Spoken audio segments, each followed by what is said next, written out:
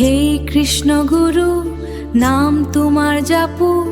জীৱনৰ পৰম জ্ঞান তোমাৰ পথত পাও শান্তি দিয়ে তোমাৰ চৰণে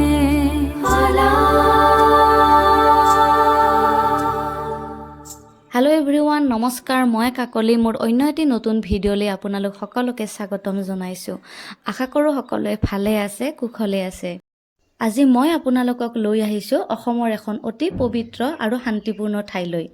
মই বৰ্তমান গৈ আছোঁ বৰপেটা জিলাৰ সৰ্থেবাৰীৰ কৃষ্ণগুৰু সেৱা আশ্ৰমত ইয়াৰ আধ্যাত্মিক পৰিৱেশ আৰু সৌন্দৰ্যই আপোনাৰ মন হাত পেলাব আজিৰ এই ভিডিঅ'টিত মই আপোনালোকক গোটেই আশ্ৰমখন দেখুৱাম আৰু ইয়াৰ কিছু ইতিহাস জনাম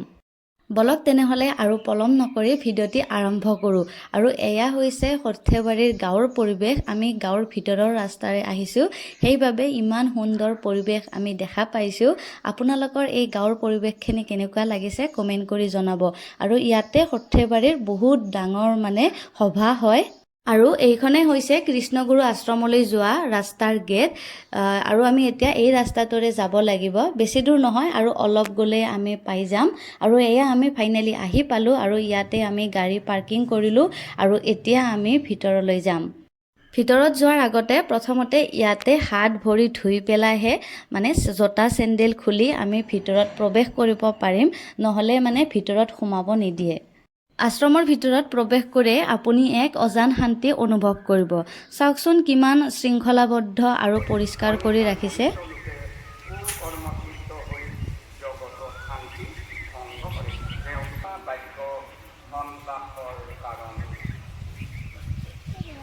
ঊনৈছশ ৭৬ চনতে পৰম গুৰু কৃষ্ণগুৰু ঈশ্বৰে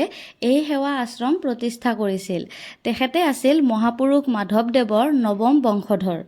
কৃষ্ণগুৰু সেৱা আশ্ৰম অসমৰ এক অন্যতম আধ্যাত্মিক কেন্দ্ৰ পৰম গুৰু কৃষ্ণগুৰু ঈশ্বৰ ভক্তসকলে ঈশ্বৰৰ অৱতাৰ বুলি গণ্য কৰে এই আশ্ৰমৰ মূল লক্ষ্যই হ'ল বিশ্বত শান্তি প্ৰতিষ্ঠা কৰা কৃষ্ণগুৰু সেৱা আশ্ৰম কেৱল এটা ধৰ্মীয় অনুষ্ঠান নহয় ই এখন শিক্ষাৰ কেন্দ্ৰও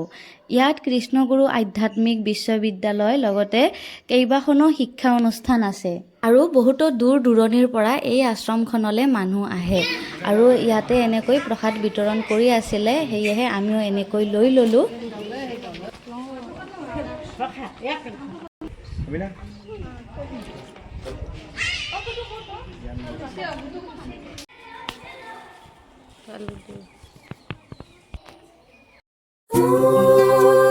কৃষ্ণ তোমাৰ বাঞ্চিৰ সুৰুৰি আহে মোৰ মন আকাশত বিলীন হৈ যায় তোমাৰে মৰমে হিয়া ভৰি পৰে তোমাৰে ছায়াত শান্তি বিচাৰি পাওঁ তোৰ ভাগৰ লাগিছে নেকি গুডু কিয় বহিলা ইয়াত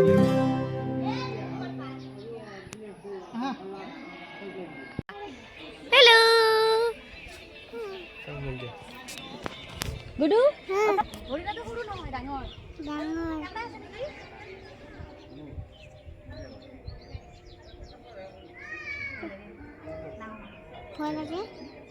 ভয় লাগে হিংটো কাটি দিছে পাত কেইটাই এইটো পাত দিয়া কচুৰ পাত নিদিবা আৰু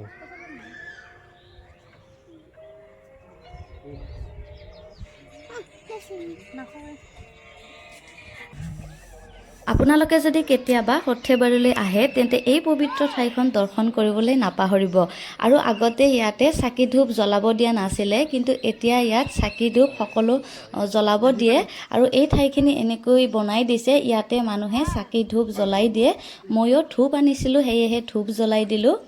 চ' গাইজ আজিৰ ভিডিঅ'টি ইমানখিনিয়ে আছিলে যদি ভিডিঅ'টি চাই ভাল লাগিছে এটা লাইক কৰিব লগতে এটা কমেণ্ট কৰিব আজিলৈ আহিছোঁ নেক্সট আকৌ এটি নতুন ভিডিঅ'ৰ সৈতে আপোনালোক সকলোকে পুনৰ লগ পাম আৰু আপোনাক বহুত বহুত ধন্যবাদ জ্ঞাপন কৰিছোঁ মোৰ ভিডিঅ'টি শেষলৈ চোৱাৰ বাবে ধন্যবাদ